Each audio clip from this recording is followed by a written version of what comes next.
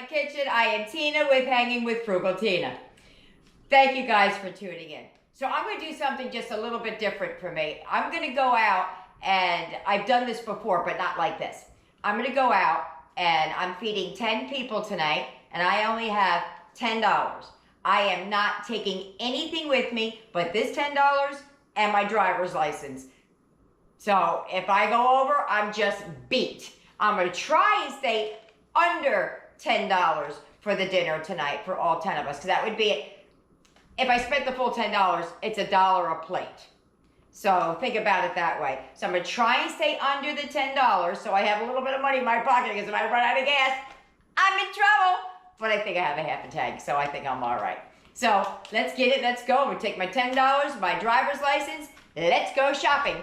I did forget to mention, because I don't have a plan, I'm going to go in my refrigerator and my freezer, scan what I got in there. So if I already have it, I can use the price from the store and not have to repurchase something that I already have. I have no idea what I'm going to find when I get out there, so I'm just going to take a mental inventory. That's what I always do when I go to the grocery store. I don't know if it's a good idea, bad idea, but it's an idea. All right, so let's get it. Let's go. Come on.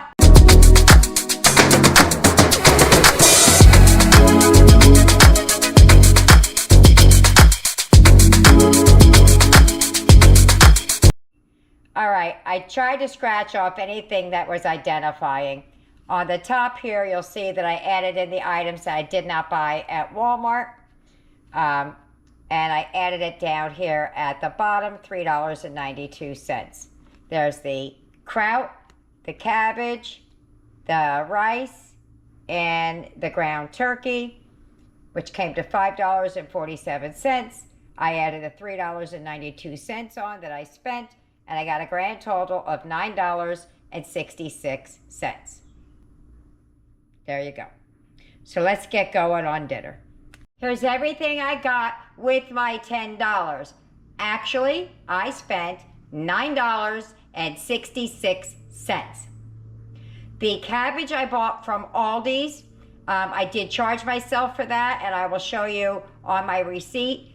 The package of white meat, you know, with the white package, I should say, you know, I already had that. So I charged myself for an additional pack of meat that I didn't buy. That's also on the receipt. And then I got crushed tomatoes, kraut, and some rice. I almost didn't buy the rice because you need so little, but you know what? I bought it. There you go. So everything we're going to need, we're going to zhuzh up the crushed tomatoes to make like a spaghetti sauce, because people do make it with tomato sauce. I don't like it that way. I really do prefer it with like Hunt sauce or something like that, but I couldn't afford that on the budget that I had. So let's get right to cooking. So what are we making, you're wondering? We're making stuffed cabbage. When I was a little girl, we called it pigs in the blanket. I know pigs in a blanket are traditionally hot dog wrapped up in some kind of a crescent roll or something like that. But when we were little, that's what we called it. And actually, we even shortened it from there. We used to call it pigs. There's a really funny story about it, but that's for another time. So let's get started. There are two ways to prepare the cabbage. One way would be the overnight way, where you freeze it, and then you stick it in the refrigerator until it thaws, and then you peel the leaves off like you would normally. Or you just drop the head of cabbage into a pot of boiling water and start peeling. And that's what we're going to do, because I don't have overnight time. Before I drop it in the pot of water, sometimes, not always, I cut around the top, because it's a lot easier to get them off when the tops are already started. But I also sometimes take out the core best I can, so that I have even more to grab onto. So what I did was I just cut these top pieces up here, and I may just hollow out the top. I turn it over, I smash it on the counter and take it out. After you cut them, sometimes, just as I turned it over to smash it on the counter, some of the leaves come off. And that's better that way than trying to peel it when it's burning hot. But I do it until I can't do it anymore, and then the rest I let come off with the hot water. So let's see if any others will come off. See how this is still tight? So I'm not going to try and finesse these off because they're tight.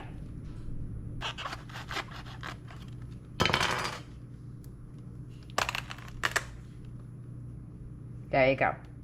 I'll put that in the pot of water.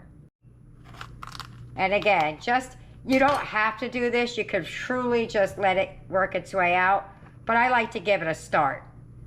Now I'm going to put it in that pot of water over there very carefully. I'm putting it in before it boils so that I don't have to try and drop it in after it boils. As the pieces loosen, I just take something and I turn it over and I pull it off. I got one piece off already. That's just what I'm gonna do. I'm gonna sit here and finesse them off. All right, so what I'm gonna do is I'm gonna flip it over best I can. And then where I had taken out the core, I just slide the little pieces off just like that. See how it just slid off? I hope you could see it. See how they're just sliding off in there? And you work it around. I'm working in a tight spot, so it's hard. Oh, I got it now. And then you just take them off and set them off to the side in the colander and just let them cool while you prepare the meat. I usually do this at the same time, but because I want to film, I'm doing one step at a time. So when these are all done, I'll be back. All right, so all the cabbage has been unpeeled, I guess. I don't know what the word is. And all that's going to waste was that little bit of the stem that I showed you earlier and this. That's it. Everything else is going into the recipe. I wanted to start the sauce first. I don't know why I got this out. Let me switch things around.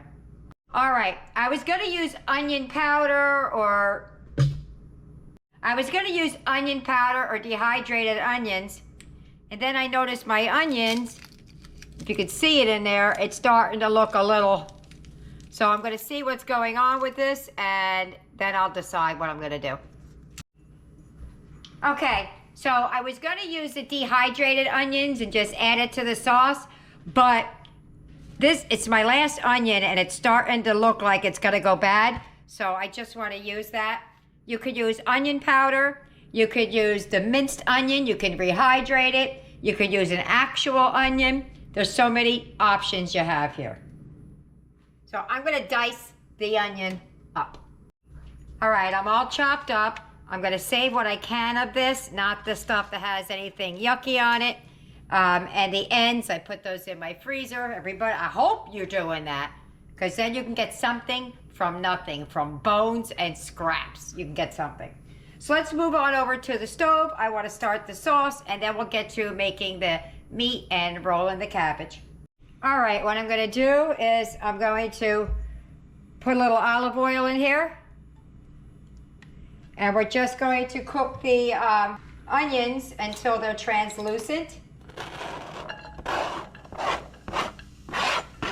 So just let me get those cooked down a little bit. All right, that's cooked down. I got a little distracted for a minute, so almost overcooked. What I'm going to do now is I'm going to add some seasonings. I'm going to put in quite a bit of each of these things. I'm going to put in some basil. And when I'm crunching it like that in my hand, it's to bloom it. To wake it up, and this blooms it. A little bit of thyme.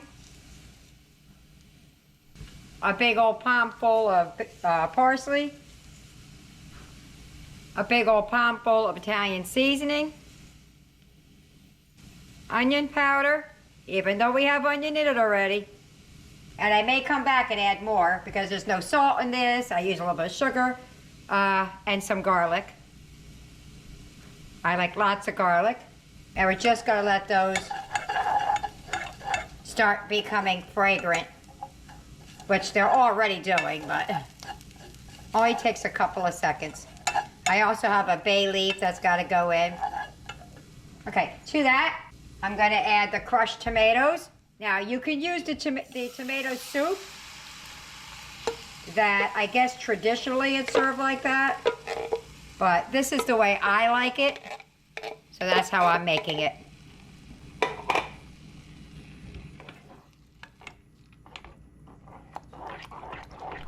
I'm going to add some water to that can and add it to this to thin this out a little bit because I don't want it this thick.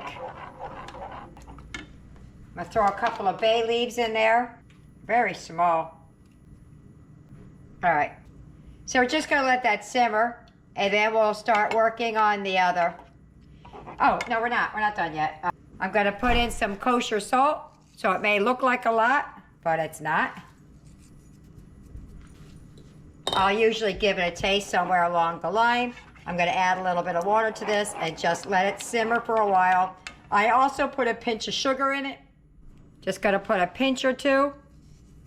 That's 1 pinch, 2 pinches.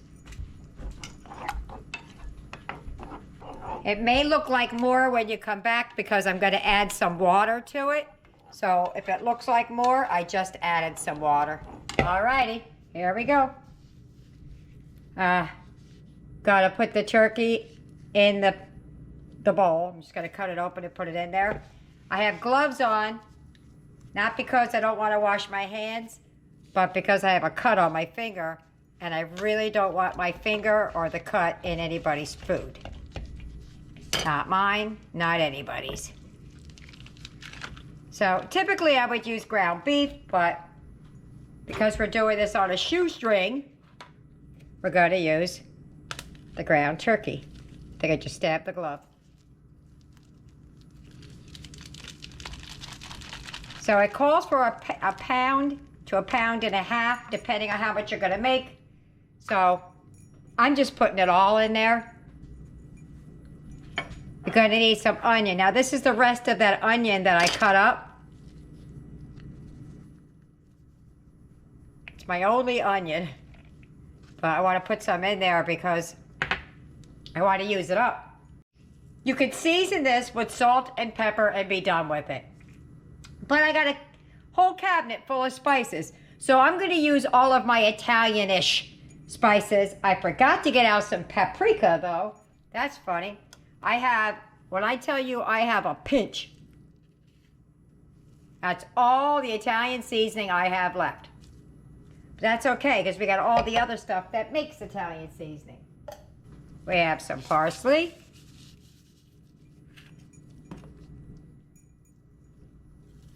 Some oregano. Oh, wait a minute, I forgot to tell you. Oregano. I forgot to add oregano to the sauce. So I added about a palmful like I did the others. Oh, I tasted it. It's perfect. I wouldn't change a thing. A pinch of thyme. A little bit of basil, some onion powder, even though I put onion in it, some garlic powder, and I'm going to put minced garlic in there. I'm going to go in with a nice spoonful of that. Some pepper, a pinch of kosher salt. I'm going to mix that up a little bit, and then we're going to add some egg and then the rice. And I'm going to choose one hand because I might have to put something else in there in a minute. You can tell a difference between the two meats. Now, when it comes to the rice, I have it sitting right here. You can use instant rice if you want. I actually prefer the instant rice because it doesn't have as long a cooking time, but you also can use the long grain uncooked rice. You don't have to cook it prior.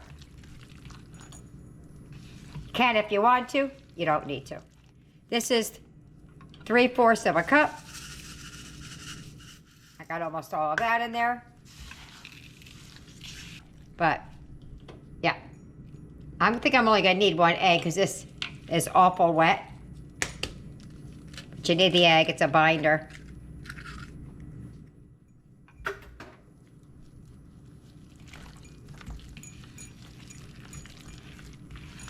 Could add some breadcrumbs if you want. It's like a glorified meatloaf, I guess.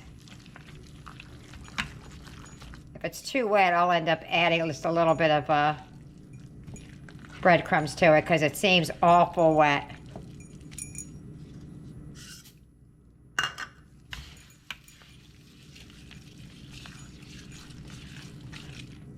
I think I'm gonna have to. If yours isn't wet, if you're using ground beef, then you don't have to do this step, but I'm gonna have to. Let me get somebody with some clean hands to help me out. All right, so I had Tyler put a squirt of ketchup in there because my hands are dirty, and he gave me some just plain breadcrumbs because it was really a little bit too wet, and it's gonna be really hard to assemble if it's that wet. So I'm gonna give it a minute to set because the breadcrumbs will take over and the rice is starting to absorb some of the liquid that's in here. So I'm just gonna give it a minute to let it set up. Okay, you know what I forgot? Even though this is setting up, it's coming to, well, there's a part I didn't mix, but it's getting to where I could do it. I don't wanna over bread it. What I forgot to add, when I don't use beef, I add Worcestershire sauce. If I'm using beef, sometimes I do, sometimes I don't. My problem is because this is so wet, I'm afraid to add it, but I need to add it. So we're just gonna go for it. We're gonna add a couple of squirts, and if I gotta give it a few more minutes and come back with a little bit more breadcrumbs, that's what we're gonna do. So I'm just gonna fold it because I don't wanna overhandle the meat and make it tough. All right, so it did a good job. It did what it was supposed to do. So what I forgot to add was the paprika. Now I'm gonna have to wash this jar off when I'm done really good, which means I'm gonna lose my label. And that is also to taste. Okay, so we're gonna mix that up and we're gonna start assembling. All right, so what I'm gonna do is I'm gonna take some of the sauce I just made, and let me tell you, this is delicious. I tasted it, I wouldn't change a thing. And I'm not the best sauce maker.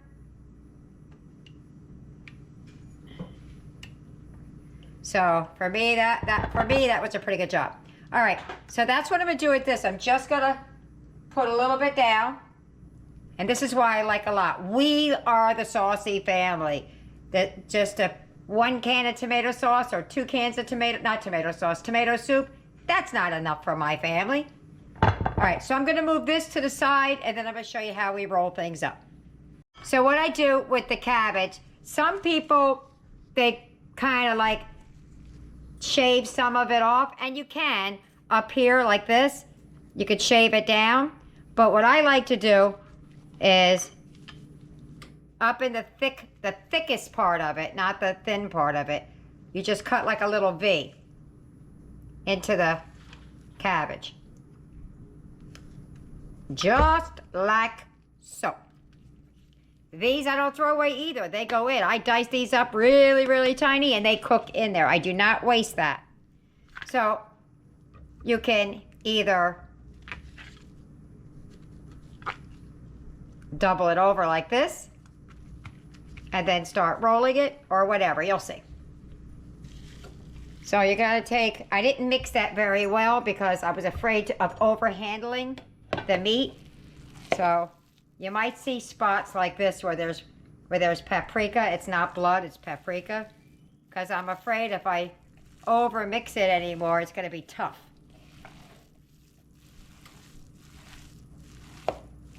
So depending on how big you want your cabbage rolls is how big you make them. I'm going to get something that's going to make them even. Let me get a measuring cup. So I grabbed up how much I would typically grab up, what I thought was a reasonable amount of meat, and I put it in a measuring cup. This is 1/4 of a cup, and then I had 1/3 of a cup. I wasn't really sure which one I wanted to do. So somewhere between, and that's even like it's 1/3 of a cup light. So right about there is where I feel comfortable making them. And even that, they might be big. So you roll them up like a hot dog looking thing. And then you just put it in and roll it up like a burrito. So you give it a good roll.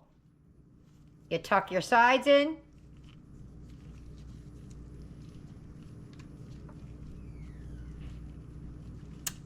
Did it want to tuck in? Okay. So you tuck your side in. You roll it, and then you lay it down in the bed of sauce. I'll roll that better, it's popping out. But you lay it down in the bed of sauce. Oh, it's not sticking out, it's just a pointy part. All right, put that in there and just keep going until you run out of meat or cabbage or something. So let me finish up the rest of these and then I'll show you what to do from there. If ever you get a piece that you got it all wrapped up and then all of a sudden it busts open, breaks open, whatever the word is, just take another cabbage roll. See how mine broke right there? And literally just wrap it around. Just like that. And then I'm gonna put it right in there. Boom. All right, here's this pan. What I did with my end pieces that I had, I diced them up like that. Okay? So that some pieces are big and some pieces are small. Because when you get like these hard pieces, not hard, but the thick pieces, I chop them real tiny so that you don't really notice, but it all gets eaten. So I'm going to take this, whatever bit of the cabbage I have left over. See, some pieces aren't cut. Now this part you could take or leave. Not everybody does it the way I do. Let me just finish cutting this a little bit first. Hold on. Okay, that was that last little bit. I didn't want to leave it sitting there. This part is how I was brought up eating this. My ancestors were German. My grandmother was 100% German. So, kraut went in a lot of things. So, I like cabbage, and guess what kraut is? Cabbage.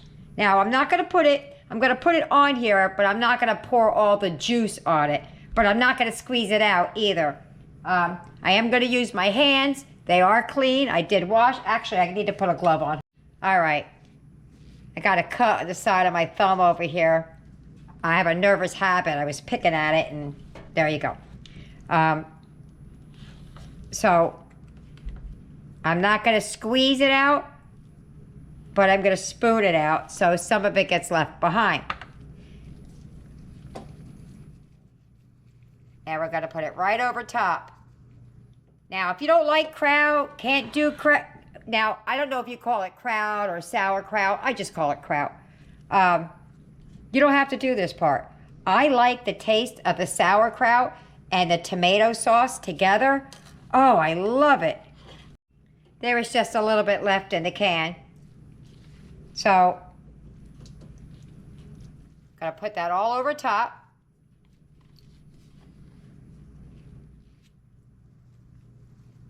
And I'm going to search through my refrigerator for leftovers. I think I have a couple of ears of corn that we had yesterday. There might be some leftover mashed potato in there. That's my favorite. Mashed potatoes and stuffed cabbage. Oh, love it. All right. And then we're going to take our sauce that we made. And that's been simmering this whole time. And we're going to spoon it right across the top. And usually I make enough so that I can have some sauce on the side because I like to add it a little bit table side. Now this is going to take quite a while to cook because it's raw. So it's going to be about, depending on what rice you use, if you use instant rice, if you use, you know, already cooked rice. If you didn't use rice at all, you just use breadcrumbs. So this cooking time can vary anywhere from an hour to 2 hours. 45 minutes to 2 hours, depending on what you did. So what I'm gonna do is I'm gonna smear the rest of the sauce over here that I have, and we're gonna cover this up. It's gonna go in the oven. I have mine set at 375, and that's what we're gonna do. So I'll see you when this comes out of the oven, and then I'll show you what that looks like. Now when this comes out of the oven, it's not gonna look this saucy, trust me. It looks like I have way too much, but I don't. It gets sucked down into the meat absorbs some. It does get a little bit more liquidy, but it's very thick because now there's kraut involved. So I'm gonna wipe off the edges, put some foil on it, and in she goes. When I talk about using what you have and rummaging through your freezer or refrigerator, this was from last night's dinner. So what I'm gonna do for the kids is I'm gonna take each one of these and I'm gonna chop it into thirds. Look at that. That is yummy. Still, see all the bubbling that's going on? Woohoo! Wait till I get that on my plate and you see that up close and personal. You can't really see it, but she was bubbling. So let me get that all plated up, and then you can really see it. If you get any benefit at all from my content, you can help me out by clicking like, share, commenting, and definitely hit that subscribe button.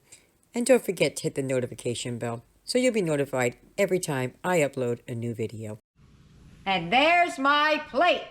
I can't wait. I always say I can't wait, but I truly can't wait for this one. I'm gonna cut it open so you can get up close and personal with it, and then I'm going to eat it. Alrighty, there she goes. That's a big old plate of food with leftovers too. So guess what?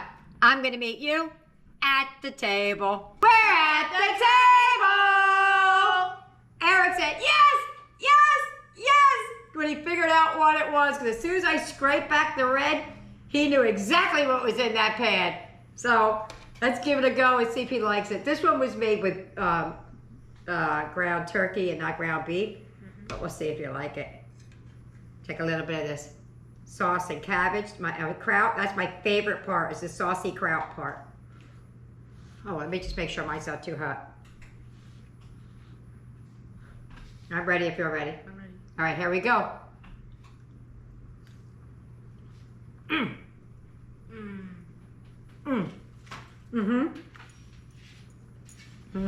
That's good.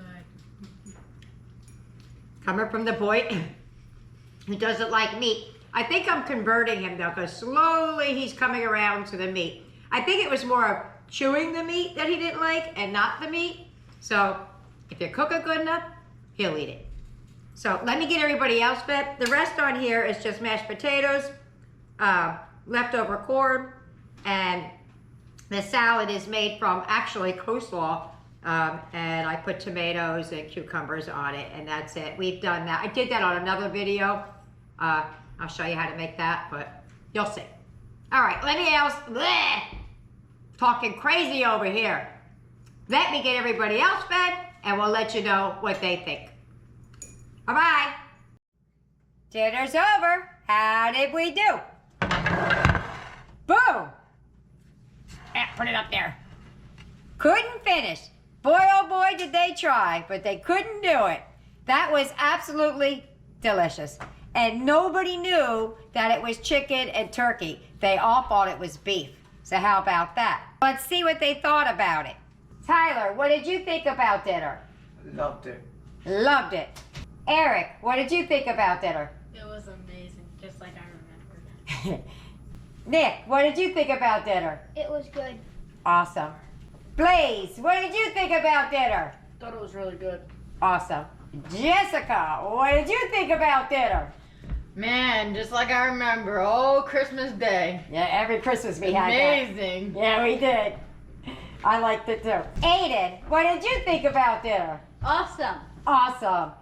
Yaya, what did you think about dinner? It was fantastic. And Trey said he'll let you know tomorrow because we had to save him some. His plate is up, but he'll get it. I loved it. I thought it was great. I ate so much my tummy's gonna explode. So I hope you try it. I hope you like it. Leave me a comment either way. See you later, bye.